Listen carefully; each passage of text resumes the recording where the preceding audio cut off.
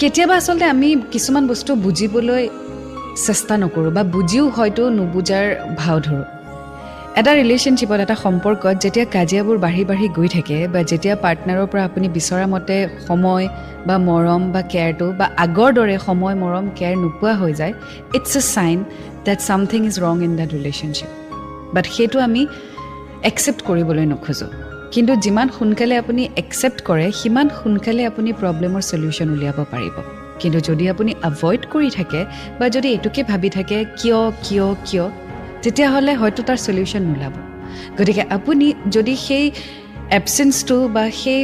ডিফাৰেঞ্চটো feel কৰিছে আপোনাৰ সম্পৰ্কত আপোনাৰ পাৰ্টনাৰৰ পৰা তেতিয়াহ'লে ইটছ হাই টাইম যে আপুনি পাৰ্টনাৰৰ সৈতে কথা পতাটো উচিত do not wait for your partner to take a stand মানে শেষ পৰ্যন্তলৈকে ৰৈ নাথাকিব য'ত ইমানেই টেঙনি হৈ যায় ৰিলেশ্যনশ্বিপটোত ডেট এজন ৱৰ্কআউট কৰি দিয়ে বা ব্ৰেকআপেই হৈ যায় চ' যেতিয়া প্ৰব্লেমটো ষ্টাৰ্ট হৈছে যেতিয়া আপুনি দেখিছে কিবা এটাটো হৈছে ইটছ বেটাৰ ৱৰ্কআউট বা কথা পতাটো